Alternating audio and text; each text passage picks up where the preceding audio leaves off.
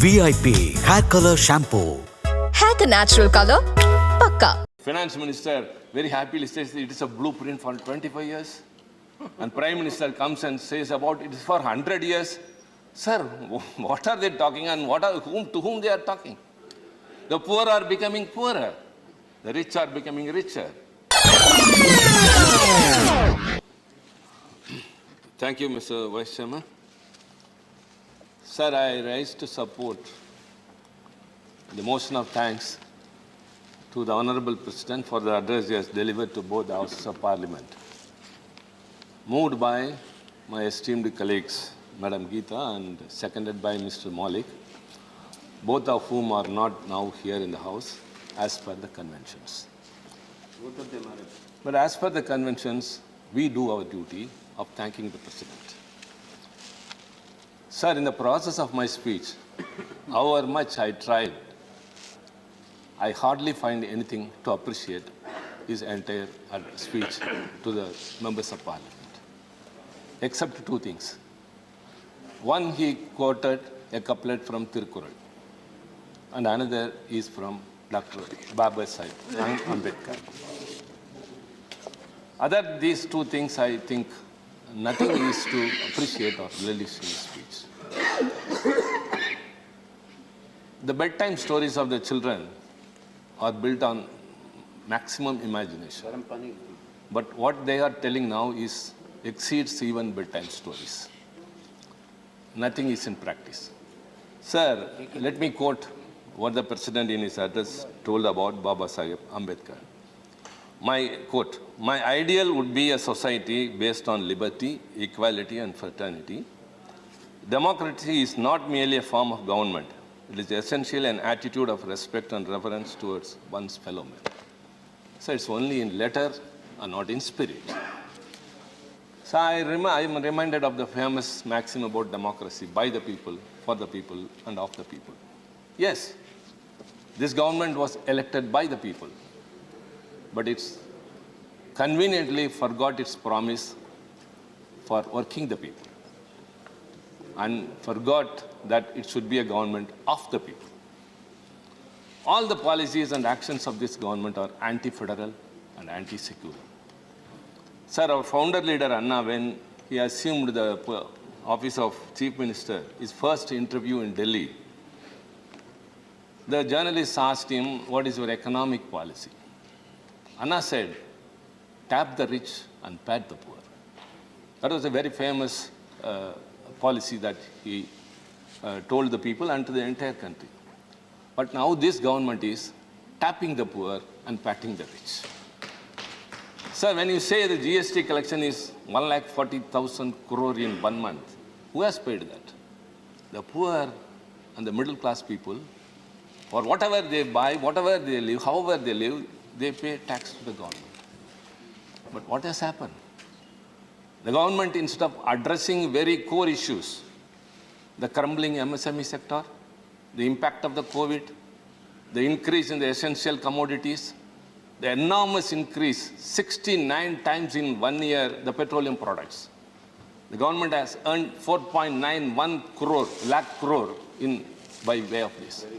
From 2014, this government has earned 25 lakh crores by way of hiking the petroleum products. Instead of addressing all these issues, you are prioritizing to fighting off the minorities' rights, values, and beliefs. So it's very saddening. It is an agrarian country, economy. Basically, India is an agricultural country, but now it is becoming a corporate country. What happened to our farmers? They were sitting in the hot summer, bitter cold, and the rains for 1 year because of your Farm Acts. And you repealed it only because of the 5 state elections. Anybody would accept that it is not out of concern towards the farmers.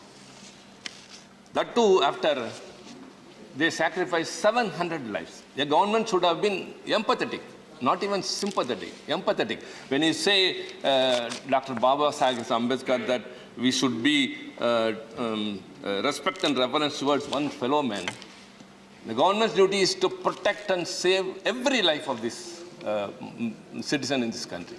Whereas 700 lives were last during that agitated struggle. But the government at last repealed that too without a discussion in the House. But what is the result? Are they happy about it? Yesterday, the Samyukta Kisan Morcha, who have fought for the farmers, have given a press release. Government betrays farmers once again. Budget exposes empty promises of government on MSP and doubling farmers' income. Because the government said we would increase the farmers' income by 200%. But now it is not so. They said by 2022. We have reached 2022, but the farmers' income have not been increased. Their inputs cost have increased. The DAP and urea, which was 1,300, is now 2,000 rupees. Which was 700 rupees is 1,500 rupees, whereas the MSP has not been increased. The producer, see, it's basically 80% of the country are basically agriculturists.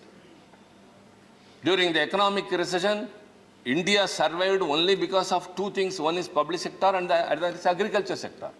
Even during the COVID pandemic, India had food sufficiency because of our agriculture, but you are killing it. So also the public sector. See, you are giving 5G to the private sectors, but not 4G, even 4G to BSNL and MTNL. It is a silent way of killing the public sector, BSNL and MTNL. So everyone would migrate from BSNL to the private sector when they are, of course, when everyone is living in a digital world, we are for 5G, whereas they are not even able to provide 4G. They have enough infrastructure. The infrastructure of the BSNL is being utilized by other private networks. Yes, you're right. But you are giving them 5G, so what is your intention actually?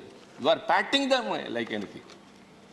The LIC, which has got an asset of 34 lakh crores and which is, of course, sharing its profit to its policyholders. It gives dividend to government, but you are going to kill it.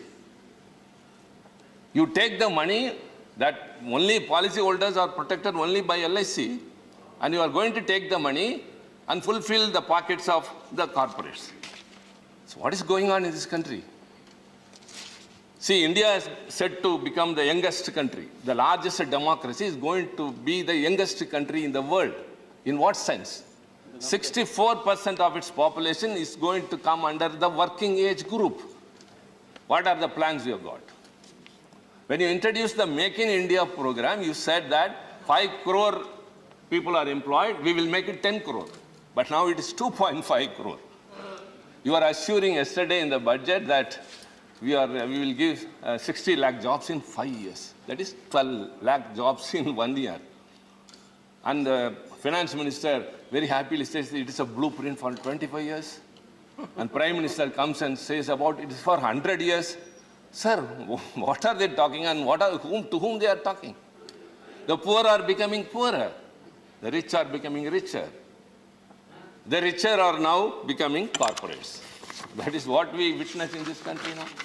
See, the numbers very clearly say, according to the numbers released by the Ministry of Commerce and Industry, on 14th January 2022, not much earlier, the provisional annual rate of inflation is 13.56% for the month of December 2021, whereas in 2020 it was only 1.95%.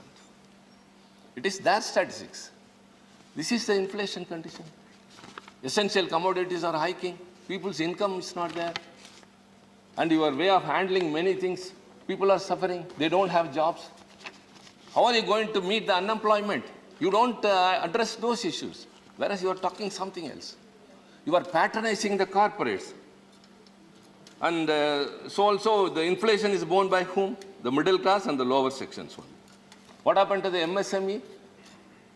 When it was crumbling and when expected a dire need of a boosting, it suffered a severe blow because of demonetization and the hasty implementation of GST. And the states surrendered their sovereignty of collecting taxes. But the promise that was given by the union government that it would give its due share to the government has not yet been. The due share has not yet been. Many states, even my state is coming and asking. Many states, representatives here would know that the GST share from the due from the government has not reached them. Then what are you doing with the collected money? You are only waiving the NPAs of corporates. See, as an ordinary poor student who gets an education loan, if he doesn't pay after a few years, he is being harassed. He is brought under NPA, he is brought under CIBIL, and they say you cannot claim any loan across the India in any bank, anywhere. So a poor boy who gets a 4 lakh loan who is not able to return that is being harassed, whereas corporates who have got thousands of crores of rupees are being waived means what is the policy this government is adopting? That's what I said. You are tapping the poor and patting the rich. This is not a socialist country. You are scared of many words, as leader of opposition said. You are scared of many names and many words. Socialism, secularism, federalism, you are all scared of all those words. Sir, these are all very, very important things. We are not just accusing, alleging charges. These are what is happening in this country. When a government is elected, its duty is to take the country forward than it was. But it is dragging it backwards. India, which is thickly populated, and the people mostly who are young and who are poor are not being taken care of. So what is the future? Sir, and I have to highlight some three important things. See, in my state, Tamil Nadu, fishermen, the plight of fishermen is a continuous process. It is second what we are talking today. On 31st of this month, January, 21 fishermen from Nagapattinam and Puducherry have been arrested by the Sri Lankan Navy. 3 boats have been seized. Already 68 have been arrested, and thanks to the intervention or initiation of our Chief Minister, Mr. M.K. Stalin, and of course the External Affairs Minister, they have been released, but we are waiting for repatriation. And now these 21 fishermen and 3 boats are seized, and we do not know the condition, what is going to happen. So all through the year, fishermen, when they are imprisoned in Sri Lanka, their families are languishing here. So we have been suggesting the union government has to find a permanent solution for this. Yesterday also, our leader, Mr. Stalin, has written a letter, find a solution to this. You cannot just every time they will arrest, we will go have a talk. So let the fishermen's issue has to be settled very fast. You give priorities to such issues. You are not doing that. Rather, you are attempting to encroach the powers of the state. You have got an aversion towards some region, some languages, anti-lingual, anti-region. India is famous for diversity in its unity in diversity. But it is not in practice. Some languages are totally dispensed of. Hindi is being imposed this way and that way. I even represented to the Home Minister with a genuine representation that in CRPF, for non-paramedical staff, just table boys, sweepers, and cooks, the qualification is 10th standard, but the examination is only in Hindi and English. You cannot expect a student from a non-Hindi speaking state who has studied just up to 10th standard to appear in English. So what we suggested, let all these examinations should be at least in regional languages, if at all. Constitution. As per. Recognized by the Constitution. Recognized in the 8th schedule of the Constitution, 22 languages are there. Do that in that. So you have to not just in lip service you say we support, we encourage other language. No, you are actually killing other languages. So that was another thing we put in.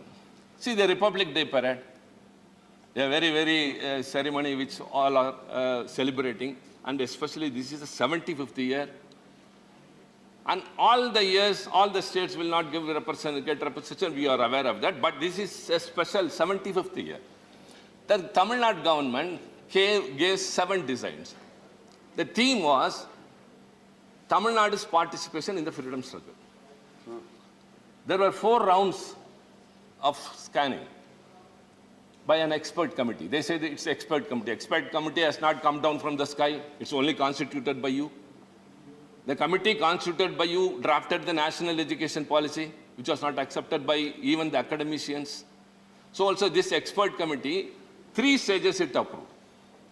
We have given the history of Rani Velinachiyar, the first ever queen who won back her territory which was lost to the British.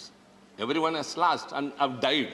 But she was the only person who regained the territory which she lost to the British. And so also Bharadiyar, everyone knows, a patriotic poet. And V.O. Chidambaram, who first launched this Swadeshi steam navigation. And Marudhu brothers, who helped Velinachiyar. See, all these things were not approved, saying that it is unacceptable. Where can we go and say? So I was watching the Republic Day parade on TV. Oh, anything better would have been there.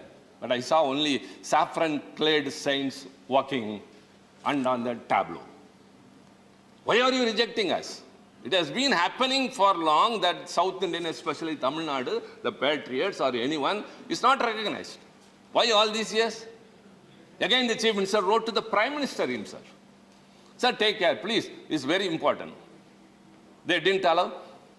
But there is a proverb. Just because concealing a comb, you cannot stop the marriage. So you didn't accept our proposal in the Republic Day parade. What our Chief Minister did, you know? He just arranged the rally of the same tableau across Tamil Nadu, everywhere, all the districts. It goes to every street. It reaches the rural areas. So had it been here, it would have been for some minutes. Now it is going on for days, telling our people all these things. See, I have even spoken in this house that the untold stories of these people who have been hidden in history should be taught in the schools. Only one more point, sir. Another of my colleague would speak later with some points. I got only one more. So another, in the recent amendments that have been done in the IAS cadre, All India Services cadre, the government has done. What it has done, as it was earlier in existence, hereafter it won't be. What? The central government, without the consent of the state government, can call any IAS, IPS, IOFS officer to its service. Sir, this is again transgressing into the rights of the states. Correct. How can you do that? On whose authority? It's a federal country. Did you consult any of these people, any of the states? No. There is a group of former officers of the All India Service, around 100 have given a very, very clear statement. They have said, in the federal structure of the Union of India, the Union and the states exist as distinct and separate entities, though they work in tandem to subserve common constitutional objectives. Maintaining this balance is critical to good governance. Sir, they came to power saying minimum government, maximum governance. But now the government is maximum, governance is very minimal. No governance. No governance. He knows better.